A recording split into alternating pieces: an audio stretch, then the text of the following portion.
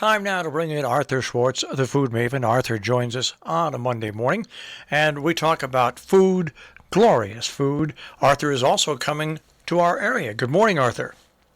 Yes, I am coming to your area in the Sage Bushnell Library in Sheffield, Saturday, 2 o'clock, November 6th. And by that time, I will be very happy to be out of the city. No, I was saying to Jill this morning, actually, about how people misconceive of Brooklyn. I find it totally bucolic. But in addition to being gorgeous where I live, I can walk around the corner and get the newspaper. I don't need it. I get it delivered. And get a quart of milk. So that's why I live here. Well, that's a joke. Anyway, I was told that this is cultural appropriation, but I don't see it that way. I don't even know what that means anymore. But I had Ropa Vieja on my mind. I have no idea why. It just popped up several weeks ago, and I realized it is totally on my diet and something I haven't eaten in a long time. And what is Ropa Vieja but meat, beef, could be pork, but mainly it's beef, stripped into little strands and seasoned with, well, a variety of things. But it is essentially a Cuban dish that has been culturally appropriated by other people that face the Caribbean, like Colombians, Venezuelans, a lot of, I hate the word Hispanic, but I'll say Hispanic people. Not Mexicans. I even talked about this with my housekeeper, who is Mexican and a very good cook, and her husband is actually a chef, although he won't, the secret is he won't cook Mexican. He only cooks Italian. But anyway, so they don't make it in Mexico. She said, I've heard of it, but, yeah. Anyway, I look it up online, and I find what looks like a really nice recipe that ran in the New York Times Magazine by one of their star food writers, J. Kenji Lopez. I'm thinking, what ethnicity is he? He could be Cuban, Lopez. Well, it ends up he is half German and half Japanese, and his wife is Lopez. So what does he know from Cuban Ropa Vieja? Well, according to the comments that came along with the recipe, he doesn't know a lot. But meanwhile, it looked like a really delicious recipe, so I started making it. It involves making a sofrito, which is a flavor base, let's call it. In a number of cuisines, they use the Spanish word sofrito.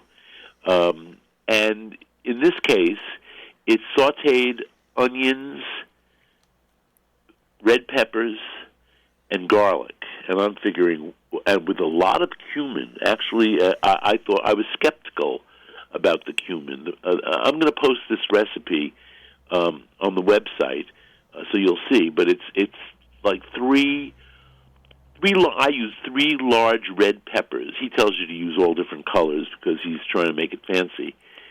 3 red peppers, because this is, I figured, last Wednesday, at the farmer's market, was going to be the last day I was going to see peppers and tomatoes. So I bought a lot of peppers and a lot of tomatoes for a final splurge and before there are no more. And so I used 3 peppers and 1, pretty large onion, sautéed in vegetable oil. Doesn't have to be olive oil, and 2 enormous cloves of garlic, finely chopped. And when the onion and the peppers, I used 2 or 3 tablespoons of oil. It was a lot of peppers and onion.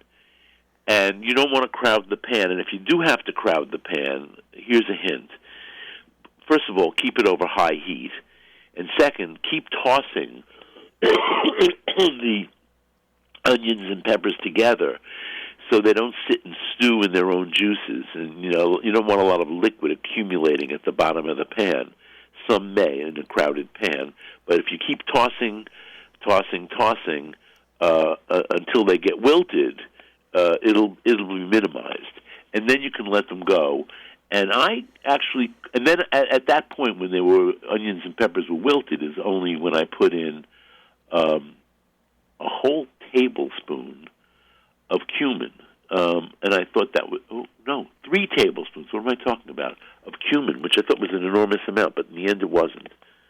And then you cook that. There's a picture that ran with the Times recipe that shows the peppers and onions sort of wilted, but not brown. But for some reason, this Lopez guy keeps saying caramelized, and he also had a direction about, you shouldn't. I don't know. It was all wrong. I cook peppers and onions all the time, so I'm used to this. The only thing is I don't add the garlic and cumin necessarily. So that you can make ahead. And I made it so that the onions were sort of browned, as they say, caramelized, and even some of the peppers were a little caramelized. It takes a long time. It's at least a half an hour, could be longer, to get it to this state. But you can do it ahead. You can even do it days ahead and keep it in the fridge until you're ready to make the Ropa Vieja, which means, depends on who you ask. It means either old clothes or old rags. Now, when you see the finished dish, you'll go with the rags definition. I do. And by the way, when I asked Irene how would she translate Ropa Vieja, she said right away old rags. But if in polite books and recipes they call it old clothes, I could just call it. You can just call it schmattes, using the Yiddish word. Anyway, that's the base of this dish. What the dish is the homiest of homey dishes. It's some really tough meat, cooked until it's tender, and which is a long time, and then shredded into ropey pieces. I say ropey, but ropa is into rags. Now, the classic meat for this is flank steak, which has gotten very expensive. I'm not sure you would buy a flank steak these days just to cook it and rip it up. And I don't like flank steak even when it's flank steak. Got to be truthful here. It's the leanest cut of meat on the animal, and it's very difficult to make it juicy and delicious to me. Anyway, the other piece of meat that I saw in some recipes was skirt steak, which is even more expensive than flank steak. So I go to the butcher. I have a real butcher to consult on this, Mike. And I said, Mike, he knew about Ropa Vieja. He's Mexican. He says, I've never make it, but I know about it. He said, and there are people who come in and they do buy flank steak. And he immediately said flank steak. He said, that's what everybody uses. I said, no, I'm not going to use that. I was going to thought maybe I'd get some kind of piece of chuck that would do. But he said, no, try this. It's called tri-tip. Have you ever heard of tri-tip, Marshall? Yes. Oh, good. What do you know about it? I don't know anything about it, and I'm glad you brought it up because I didn't understand. I don't understand what tri-tip means. It's a trendy cut of meat. Okay. Of course, it was always there on the animal, but it wasn't cut out the way it is lately, or maybe it always was, but nowadays people want this particular muscle, and it's a triangular, flat muscle that is part of the sirloin, and it has a particularly beefy flavor. I have made tri-tip for its own sake as a steak, and you cook it exactly the same way you would cook London broil, and slice it thinly on a bias, on an angle, and you get really nice, tender, very beefy steak. Sliced steak. Good for a sandwich, by the way. Good steak sandwich steak. But I never thought to buy it to rip it up. So it's interesting because Mike knew exactly what I needed, which was a piece of muscle that would go into long strands when it was well cooked. And the New York Times recipe had me braising the meat, browning it. That means browning it and then cooking it with a liquid. In this case, it was chicken broth, and I forget what all else. Maybe it wasn't too much else. Tomatoes, I think, and then shredding it and combining it with the sofrito. But that didn't, it didn't really sound homey to me or authentic. And I wanted to culinarily appropriate the authentic way of doing this. And so I looked it up in books, and I have a big library, and I had 5 Cuban books on the shelf. I used to have more, I know, but I've sold them off. And then I also looked in other more general books to see what I could find. And what I found is, and by the way, one of the comments with the New York Times recipe was, my mother was Cuban, she always boiled the meat, and then we had the broth to make soup with. And I think she said she made squash soup with it. And I could see that, by the way. And then I am now, by the way, going to readily dispose of at least 3 of the 5 Cuban cookbooks that I have on my shelf and that I consulted because they were terrible recipes.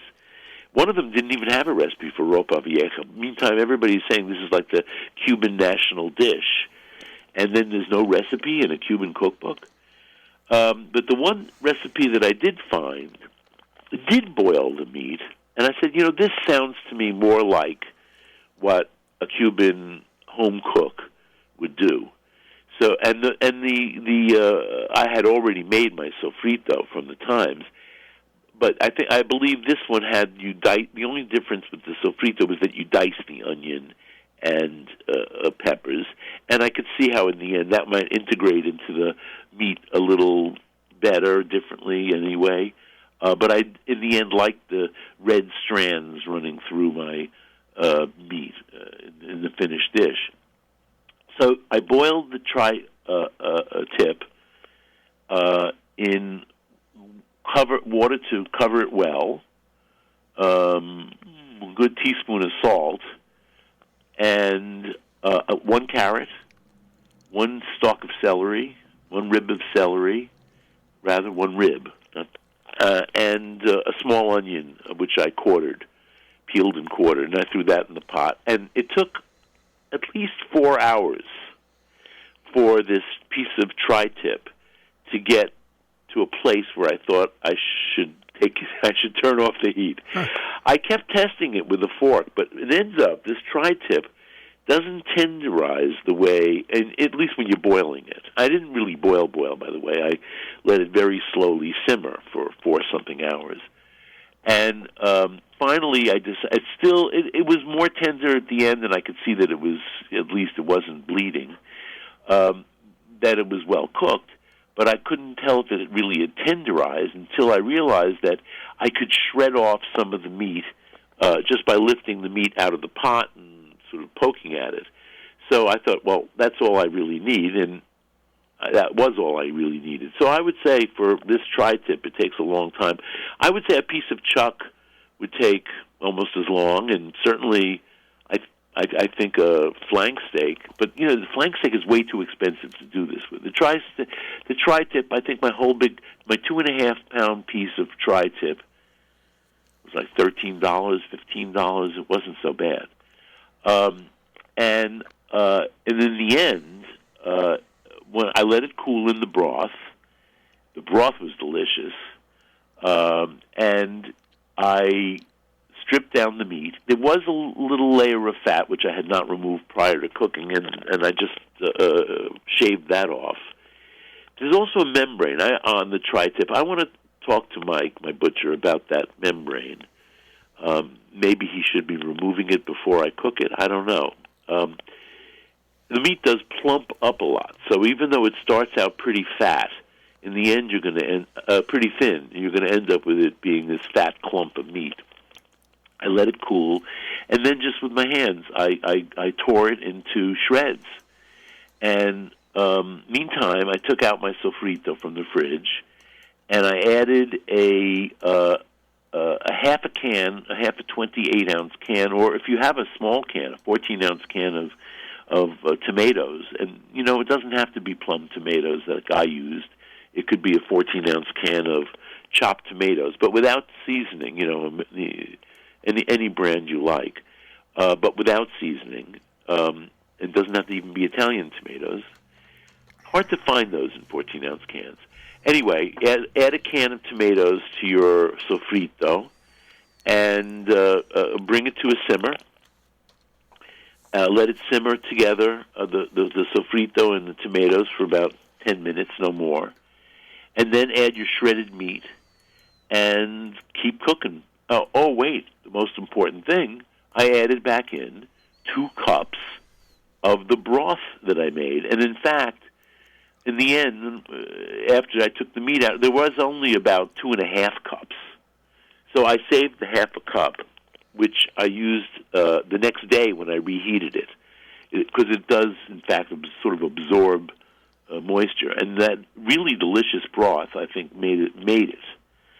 So you're making a sauce with 2 cups of the broth, 14 ounces of canned tomato, your sofrito, which is quite a bit. It's going to be like 2.5 cups of sofrito. And you let it all simmer together. You add the meat, and then you keep on simmering.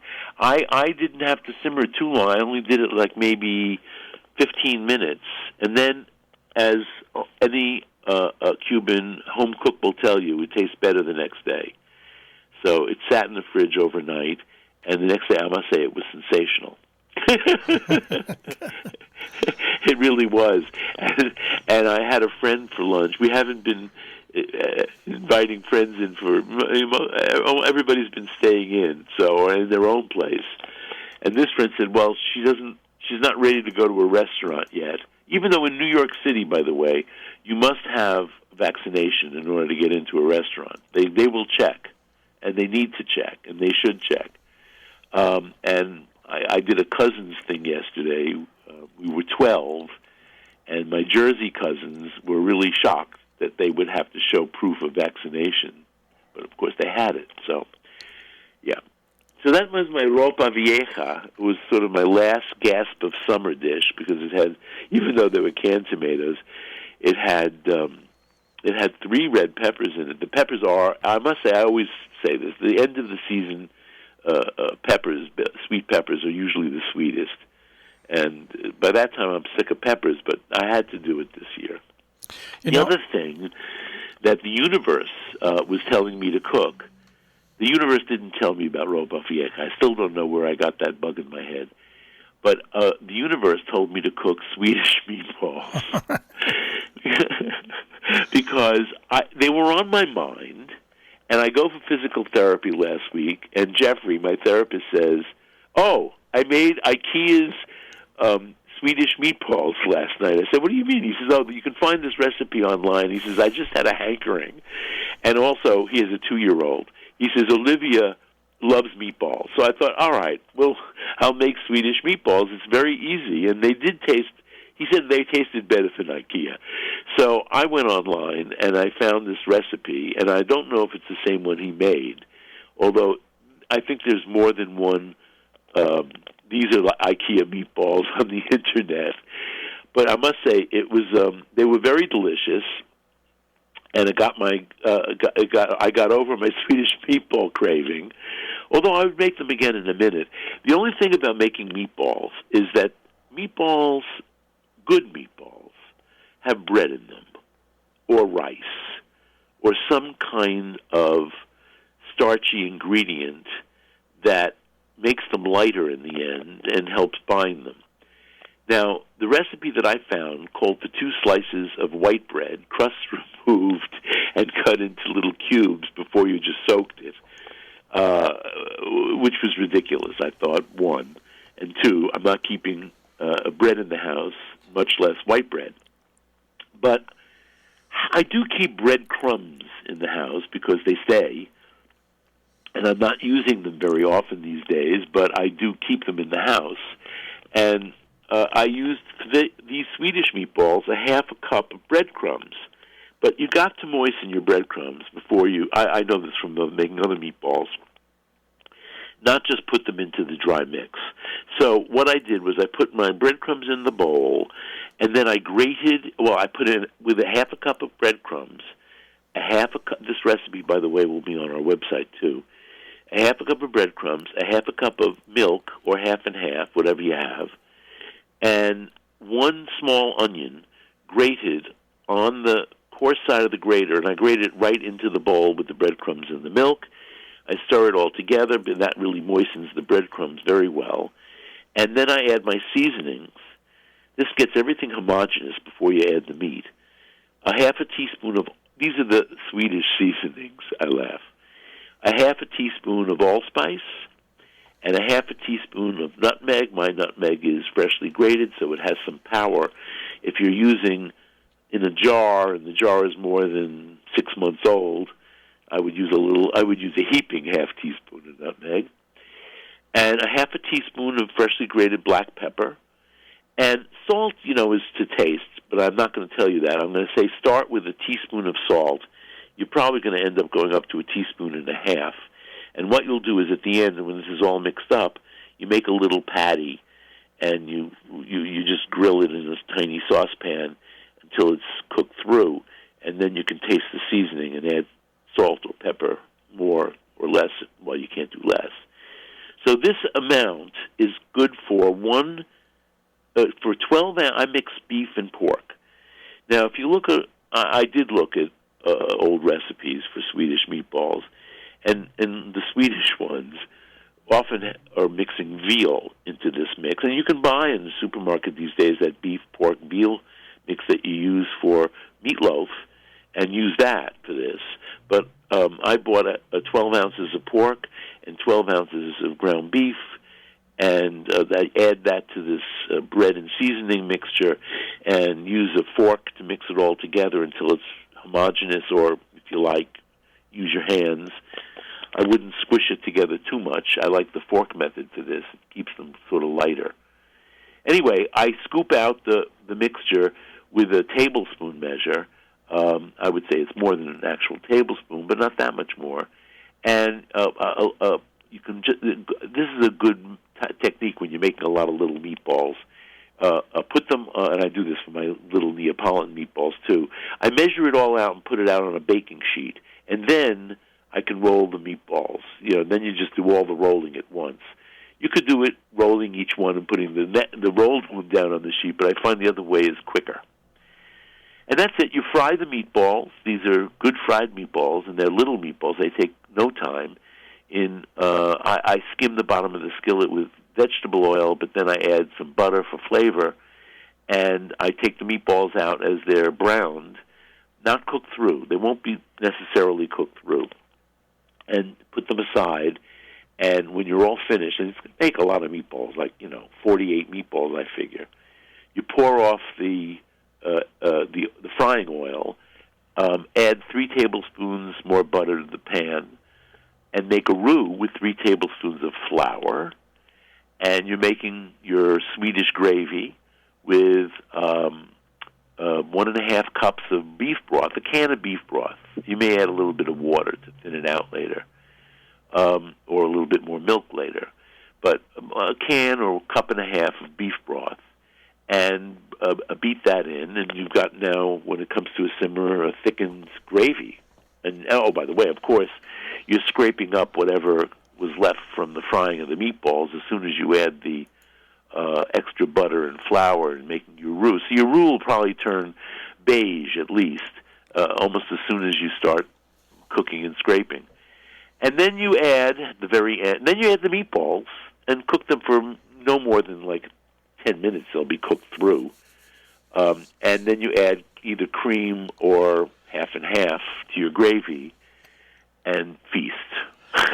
You know what's great about... Now, ideally, you want these on mashed potatoes, but ideal is hard to achieve in life. No, you're right, but they're also not bad on those big on big noodles. What are those? Of course they are. Yeah, I mean that's my thick, wide noodles are wonderful. Oh, and the great any noodles are wonderful. But there's something about meat and gravy and mashed potatoes. I know, and cream gravy too. Yeah. I don't know. I asked I asked Jeffrey, my therapist, what they ate it on, and he said, he also eats ketogenically. He said, no, we gave in and had mashed potatoes. I had fried potatoes yesterday. They were so good, I thought, well, when fried potatoes are really, really good, you have to eat them. Oh, you can't waste them. That's exactly right. No, and last week I had some cookies and it didn't do any damage. So, well, you're allowed. You know how that is. Yes, I do. I should probably give the phone number to call the Sage Bushnell Library. Okay. Which is in Sheffield. I haven't tracked the bookings, but it's only 30 people allowed in the room. So but I do think there's availability still, and I'm going to tell you right now, as I look up the phone number. Who remembers phone numbers? I don't, because it has the bad. No, thing they're about all on your phone. Yeah, it's terrible. Yeah, but this is not one that is in my phone, so I have to. the Sage Bushnell Library, or is it the Bushnell Sage Library? Bushnell Sage, yeah. Bushnell Sage Library. I'll get this right eventually after I'm there. Is 413-229-7004, and again, it's at 2:00 on Saturday, November 6th, at the Bushnell Sage Library. I'm going to get this right. One-on-one with Schwartz. And by the way, good response to adding the recipe to that from people. Good response, great. Yeah. I'm happy to do this. It's also a good record for myself. Because as I said previously, I get asked questions about recipe. I talk about it on the air, and then if I haven't actually written down the recipe, and it's weeks later and it's still not in my head, I'm not going to remember the oven temperature. And as I always say, the only misinformation I get from social media is wrong oven temperatures and baking times. So I want to be precise about those things.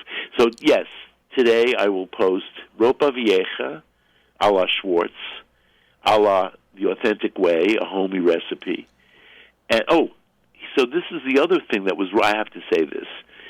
The other recipe, part of the Times recipes, this guy combined two recipes in one that he shouldn't have. Picadillo, which is ground beef, made in a similar way, but including olives, capers, and pimentos. In fact, they sell that condiment of olives, manzanilla olives, capers, and pimentos as a product called alcaparado. You can find that in the supermarket. But that's what goes into picadillo. It never goes into ropa vieja. So he put the garnish of not even a garnish, and raisins too.